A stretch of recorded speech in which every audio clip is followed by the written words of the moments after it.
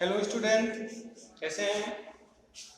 आज हम आप लोगों को 10th का जो बायोलॉजी है उसमें हमारा जो टॉपिक है वो मैकेनिज्म ऑफ रिस्पायरेशन है, यानी कि श्वसन की क्रिया विधि है। उसके बारे में हम चर्चा करेंगे, बात करेंगे। श्वसन की क्रिया विधि क्या है ना? श्वसन में भोजन का ऑक्सीकरण होता है, सब जानते हैं।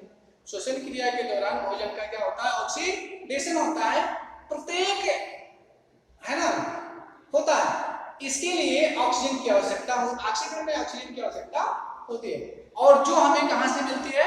वायुमंडल से मिलती है। इसलिए श्वसन के अंतर्गत जो क्रियाएं होती हैं वो दो घटनाएं होती हैं। एक क्या है? वायुमंडल से ऑक्सीजन ग्रहण करके उसे कोशिकाओं तक पहुंचाना होता है। वायुमंडल से ऑक्सीजन को लेकर कोशिकाओं तक पहुंचाना होता है। ये क्या होता है? वायु श्वसन कहलाता है। क्या कहलाता है? वायु श्वसन कहलाता है। दूसरा क्या होता है? कोशिका के अंदर से ग्लूकोज के ऑक्सीकरण से ऊर्जा मुक्त होना। कोशिका के अंदर से ग्लूकोज के ऑक्सीकरण से ऊर्जा मुक्त होना व CO2 का बनना क्या होता है? आंतरिक श्वसन कहलाता है।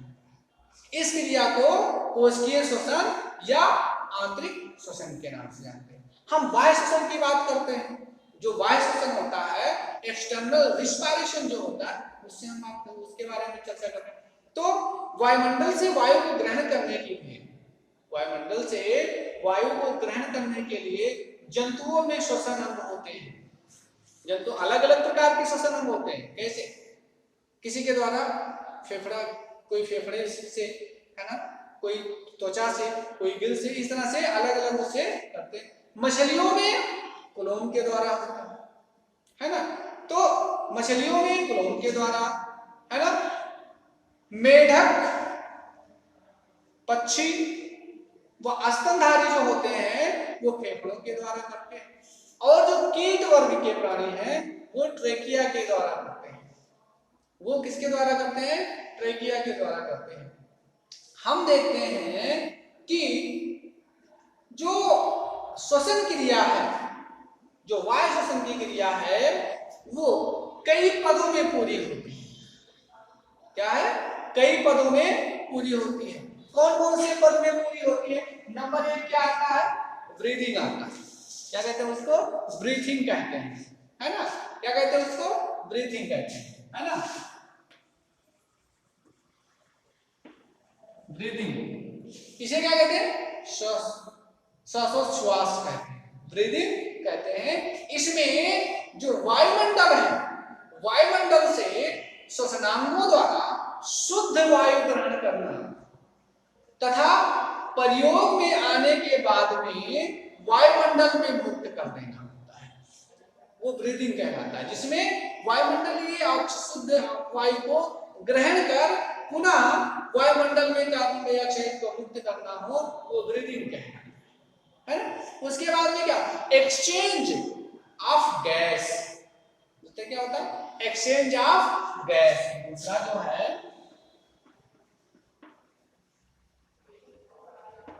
ऑफ गैस, ठीक है, एक्सचेंज ऑफ गैस। अब एक्सचेंज ऑफ, इसमें श्वसनांगों में पहुंची वायु और रुधिर के बीच CO2 तथा कार्बन डाइऑक्साइड का विनिमय होता है, के मध्य दोनों के क्या होता है? विनिमय होता है, ठीक है। उसी को क्या कहते हैं? एक्सचेंज। किसका? वायु रुधिर के बीच गैसों का विनिमय। अब यहां देखते हैं ऑक्सीजन परिवहन की बात करते हैं, ट्रांसपोर्ट ऑफ ऑक्सीजन। तीसरा जो है वो क्या है? Transport of oxygen.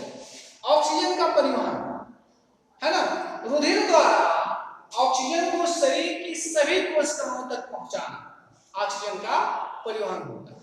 अब रुधिर के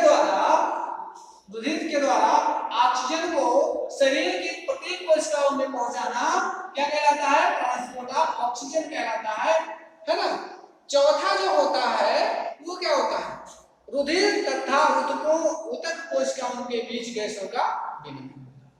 चौथा जो होता है वो रुधिर और ऊतक कोशिकाओं के बीच में गैसों का विनिमय होता है।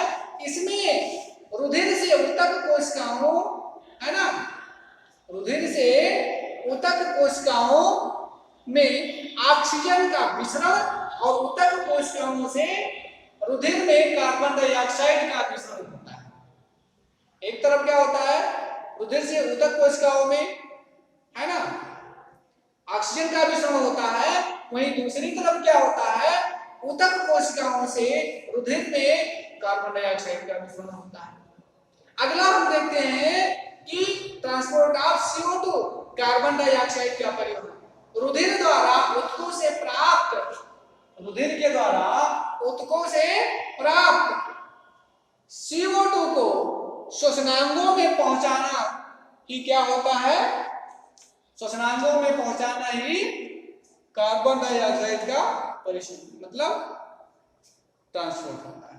हम देखते हैं ये एक यंत्र है, इस यंत्र के माध्यम से जो श्वसन की क्रिया होती है वो होती है।